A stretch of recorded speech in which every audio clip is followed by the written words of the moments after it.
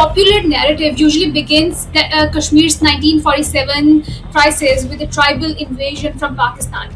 But the Alex, one Tunzelman, in her book Indian Summer, argues that the people of Poonch had already revolted against Maharaja Hari Singh before the tribal incursion. On the night of 27th October, they had a good chance of going towards Srinagar, but they stopped on the way to loot. That's the main thing. India should retain its Kashmir and we should retain our Kashmir. There is no other way you can resolve this. There is a deeply ingrained narrative that Pakistani-backed tribesmen invaded Kashmir first, forcing Hari Singh to seek Indian military assistance. But Indian Summer, the book Indian Summer, it presents a more complicated sequence. She says, Alex in her book says that there was repression in Poonch and Jammu. Then there were Dogra forces crossing into areas across the Pakistani border, and only then the tribal mobilization happened. So Pakistan has not vacated an inch, and neither has India. And they have fought 3-4 wars over Kashmir. Hello and welcome to another episode of New Wave History. Today we are joined by Dr. Ishtiaq Ahmed. He has served as a professor of political science at Stockholm University, and he's one of the prominent scholars of South Asian political history and partition.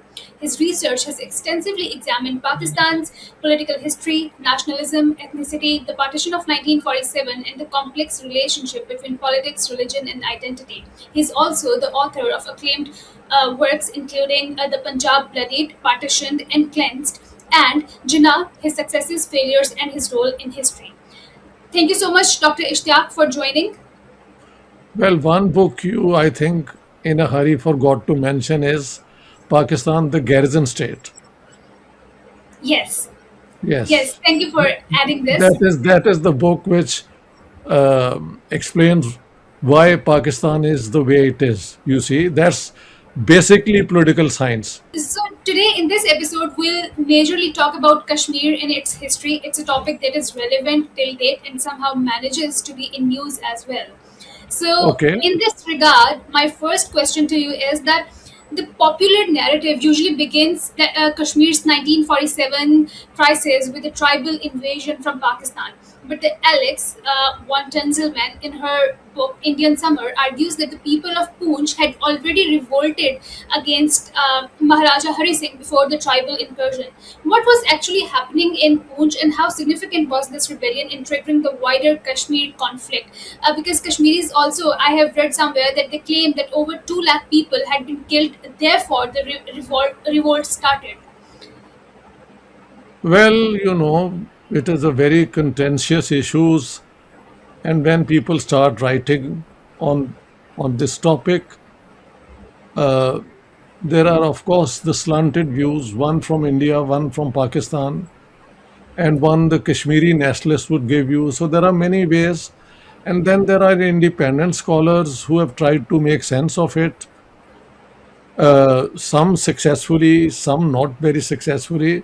So what I am going to tell you is based on my basic research in 3 books. One, Pakistan, the Garrison State, but more importantly, state, nation, and ethnicity in contemporary South Asia, in which I looked at the Kashmir issue and so many other separatist movements, including Khalistan and then MQM and so on. And then, of course, the latest one on Jinnah. So, what I would suggest is that uh, as that moment of the British leaving India came closer, both India and Pakistan were trying to promote their supporters in Kashmir so that Kashmir doesn't join the other side. Okay? So, this started already.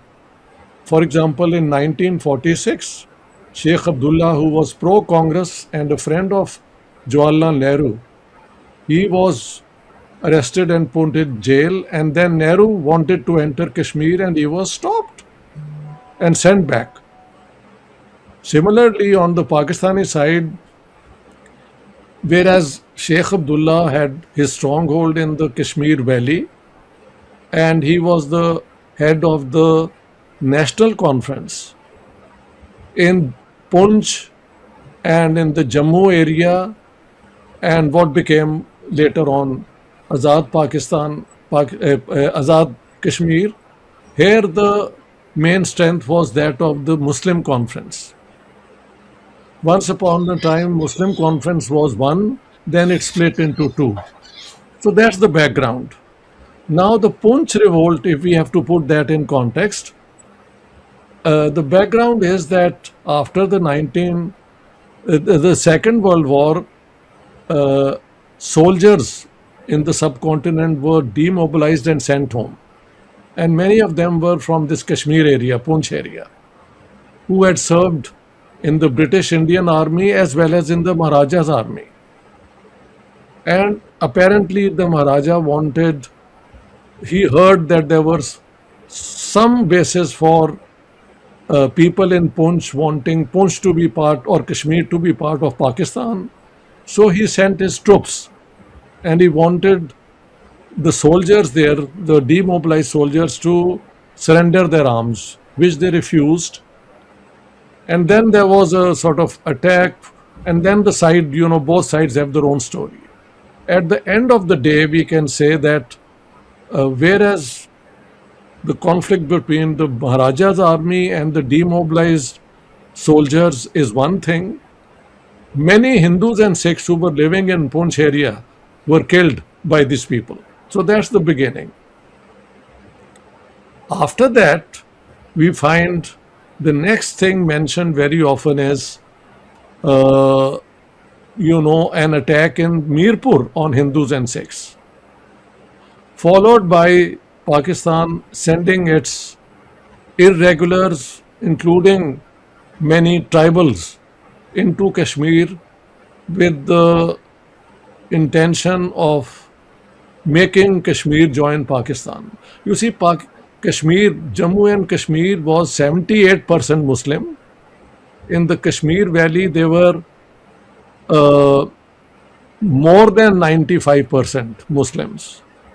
Whereas in Jammu, apparently 65% were Muslims, and so on. So basically, it was a Muslim majority uh, princely state.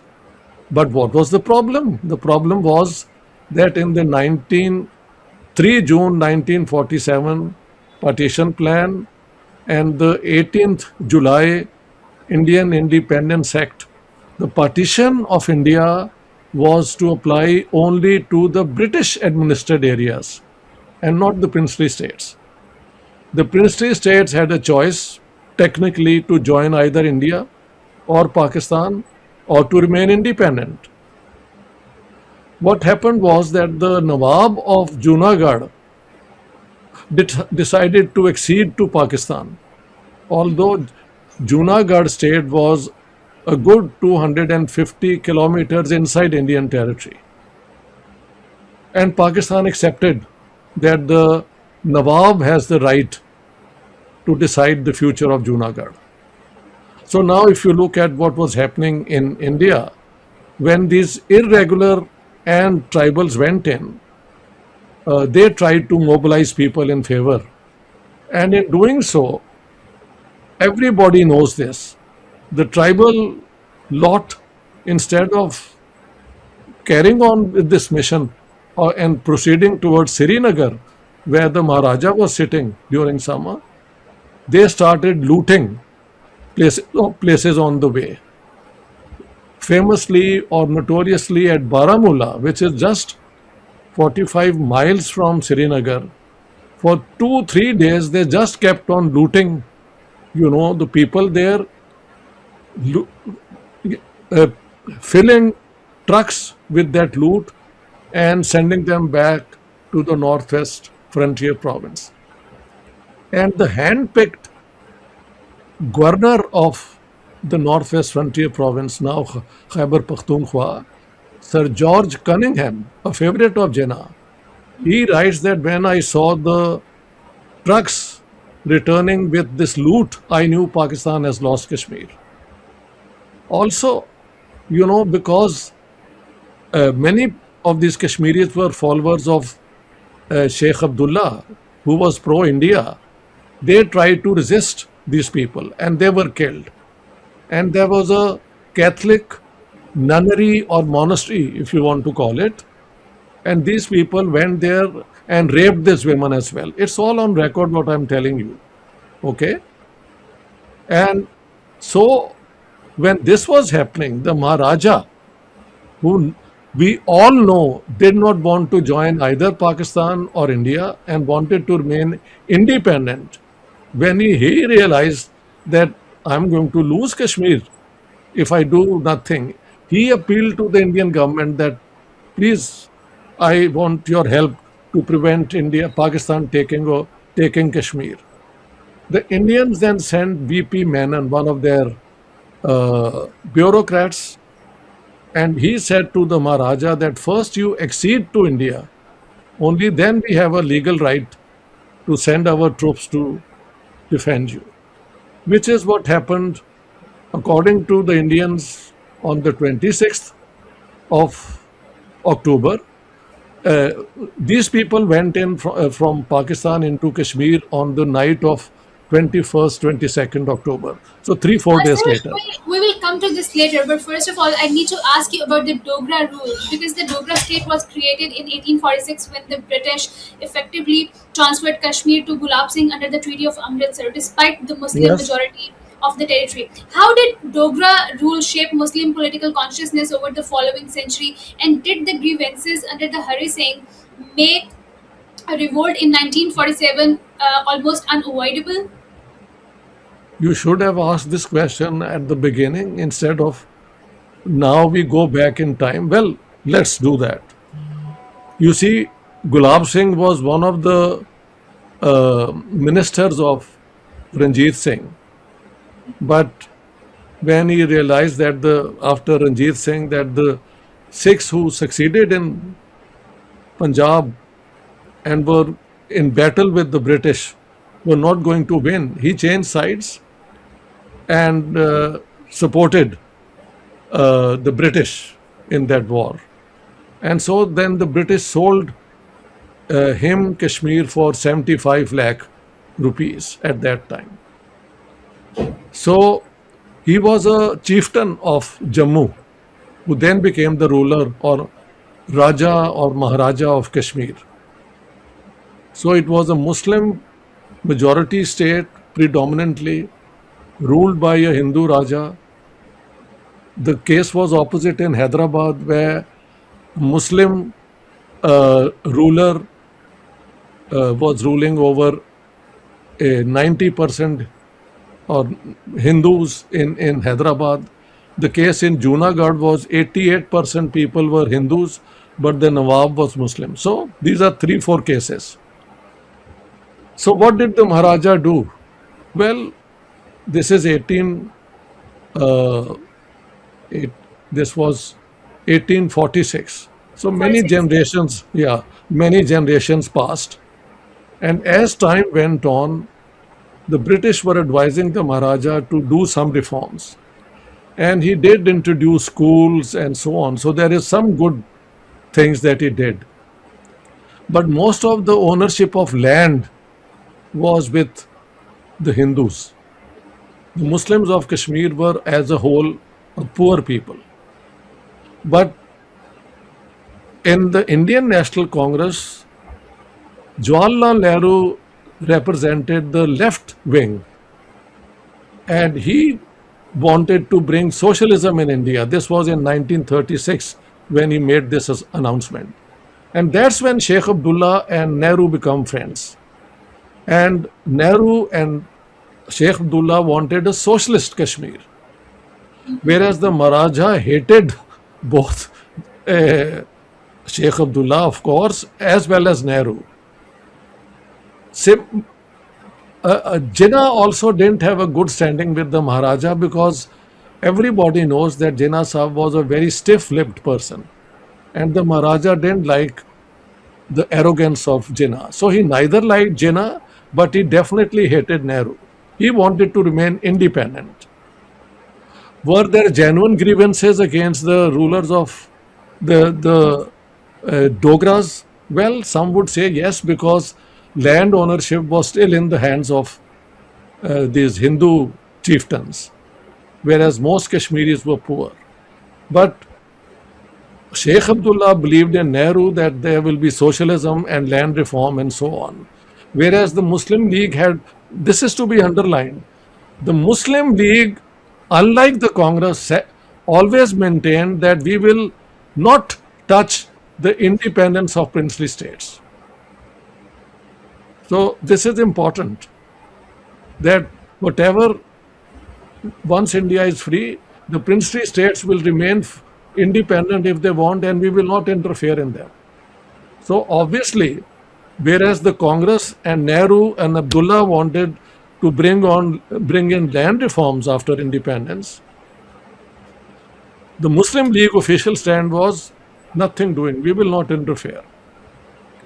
So one can say even the Prime Minister of Kashmir at that time, Pandit Kak, by the way, a Hindu Brahmin, he advised Maharaja Hari Singh, the ruler, to accede to Pakistan. You get the point. But when Yes, sir. these Sir, people, I'm really sorry to interrupt you here. We'll come to this again later. But going back to the point that you were previously discussing, I want to ask that there is a deeply ingrained narrative that Pakistani backed tribesmen invaded Kashmir first, forcing Hari Singh to seek Indian military assistance. But Indian Summer, the book Indian Summer, it presents a more complicated sequence. She says, Alex, in her book, she says that there was repression in Poonch and Jammu. Then there were Dogra forces crossing into areas across the Pakistani border, and only then the tribal mobilization happened. How should we reconstruct those crucial weeks of September and October 1947? I think after independence plan was declared, everybody was looking for an opportunity to do something in Kashmir. Okay, that's the main thing. But already this happens in August 1947 in Poonch, and this is before the you know this military, this Pakistani irregulars and tribals went in. So this is already, some say June, but I would say August 1947. Okay. Yes. So after that, as I was telling you, from our side, these people went in on the night of 21st, 27th October, and they had a good chance of going towards Srinagar, but they stopped on the way to loot. That's the main thing. So instead of continuing towards Srinagar, they started looting and sending trucks back with the loot. And I'm quoting the governor of the Pakistani Northwest Frontier Province, a favorite of Jinnah, Sir George Cunningham. So I'm not quoting Indian sources. I'm quoting the governor who retired, went back to England, but Jinnah pleaded with Mountbatten to bring him back. He wanted him to be the governor in the Northwest Frontier. So he writes that when I saw these trucks loaded with the loot returning, I knew Pakistan had lost Kashmir. Okay. So now on the 26th, the Maharaja signs the accession bill. The Pakistani position is that although the signature took place, but the Governor General of India, Mountbatten,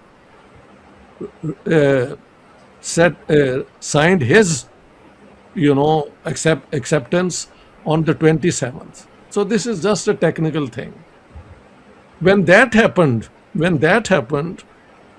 then of course there is a dispute when the attacks on Jammu Muslims started. But all I know is that the 6th of November every year, 1947, is remembered by the Jammu Muslims as the day when they say that a genocide took place. So you have to keep that in mind. Maybe the attacks started even earlier. I'm not disputing it, but if you ask somebody, some Muslims from Jammu in Pakistan, what do they celebrate? It is the 6th of November 1947. So if you keep that timeline in view, August 1947 is Poonch, 21st, 27 October, Pakistani irregulars and tribals go in, and they start whatever I've told you at Barmulla. Then the Indian, uh, on the request of the Maharaja, send in VP Menon, and the accession bill is signed on the 26th, signed by Mountbatten maybe on the 27th, if that is important. And then finally, the Maharaja then let loose his soldiers on the Jammu Muslims. With the result, this is important. Whereas in the Kashmir Valley, the percentage of Muslims remained the same after all this. In Jammu, from the 60% Muslims, after 1947, it went down to 29-30%. So half the population of Muslims had to run away, and many of them were killed on the way. That's the Kashmir Okay. dispute.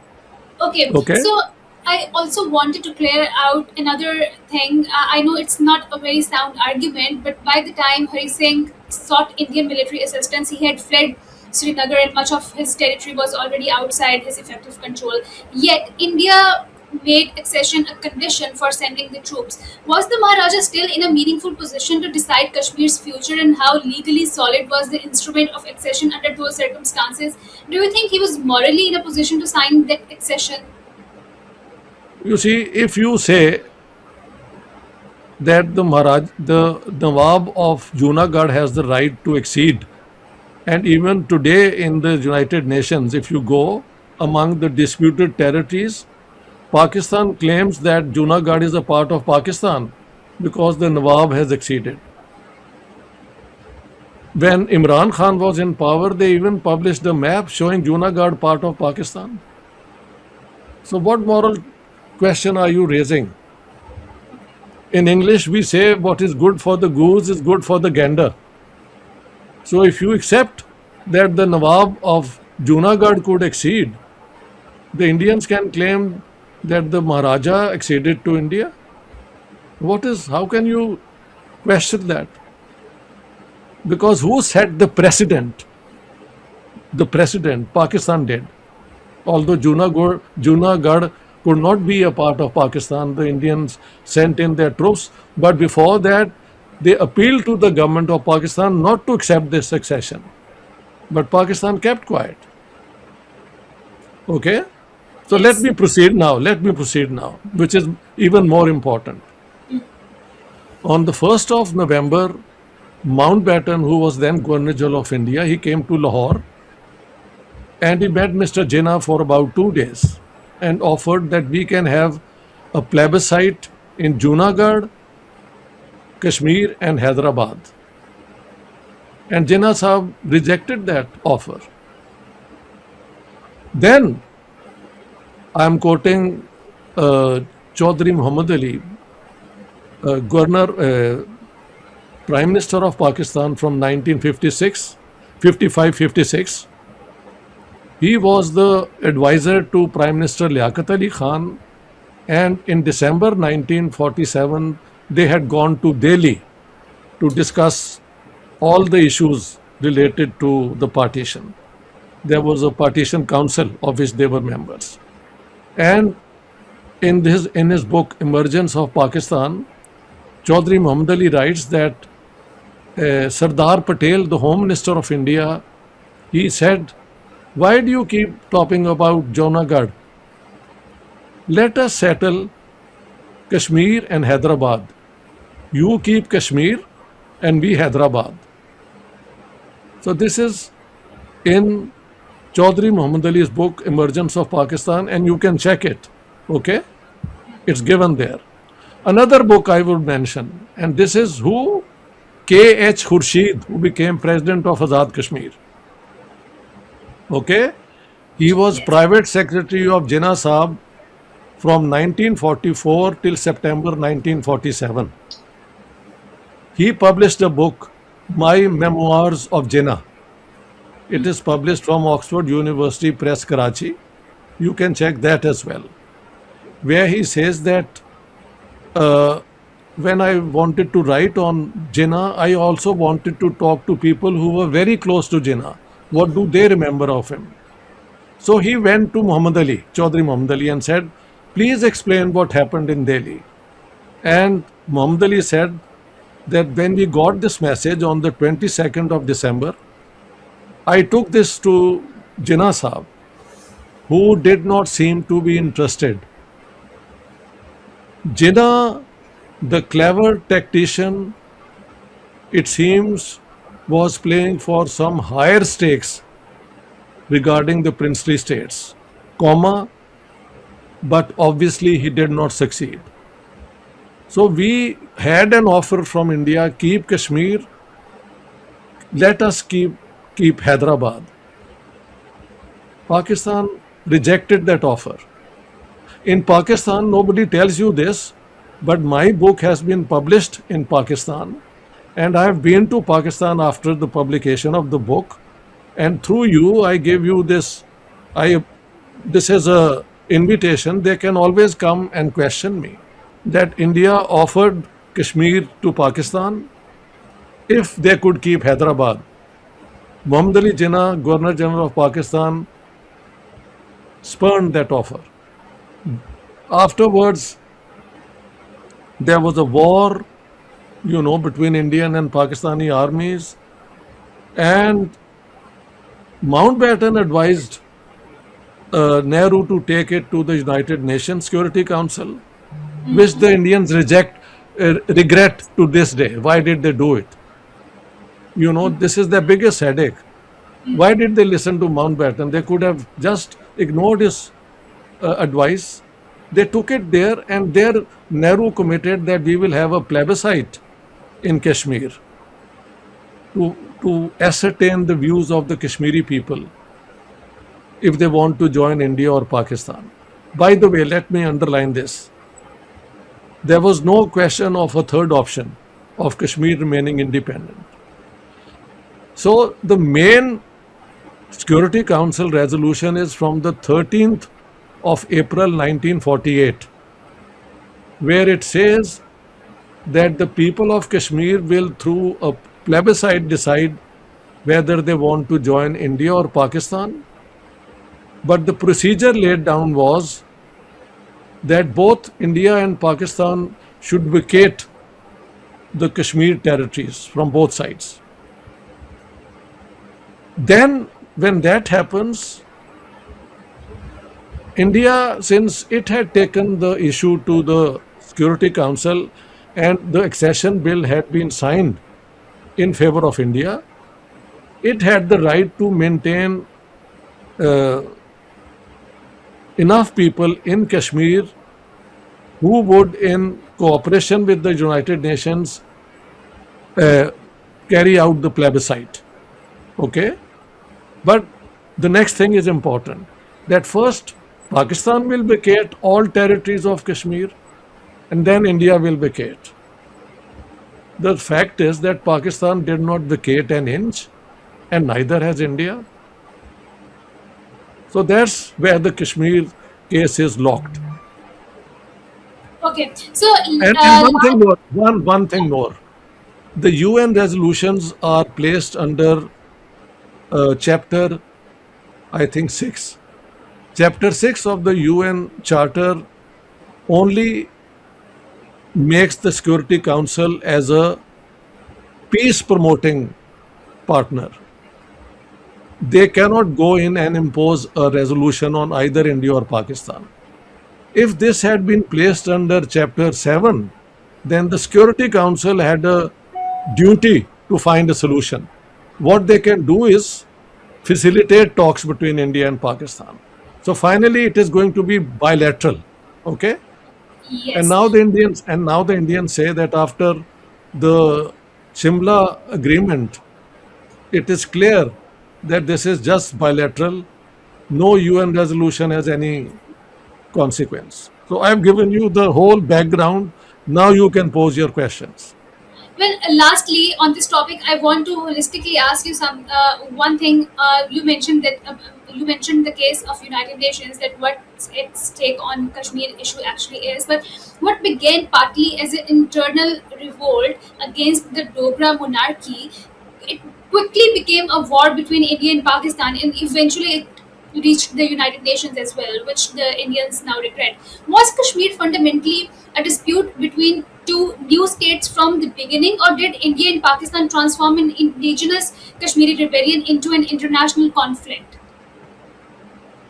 I don't know how to deal with that because international became because the Indians stupidly went to the United Nations. Yes, Otherwise, it would have been a India bilateral Pakistan issue. Pakistan thing. So they took it there, but I've given you the preconditions for the plebiscite to be held. And the condition number one is that both sides should vacate Kashmir, beginning with Pakistan, because India has gone there with this appeal for UN intervention. So Pakistan has not vacated an inch, and neither has India. And they have fought three, four wars over Kashmir. And since both are nuclear powers, in the next million years, unless the whole world changes in a way, this cannot be settled through war. My own, for a long time, I have been saying that the line of control should be accepted as the international border. India should retain its Kashmir and we should retain our Kashmir. There is no other way you can resolve this. Peacefully, this is the only way. Otherwise, through war, either India should defeat Pakistan or Pakistan should defeat India. They have tried it three, four times. This Sindhur thing was the latest, and after 4 days, they were both agreeing to a ceasefire. So, who will do this? I mean, this is only an issue on which there is a lot of emotions, lot of pride, nationalism, all included. I have given you the rational breakdown of what happened, how and why. Yes.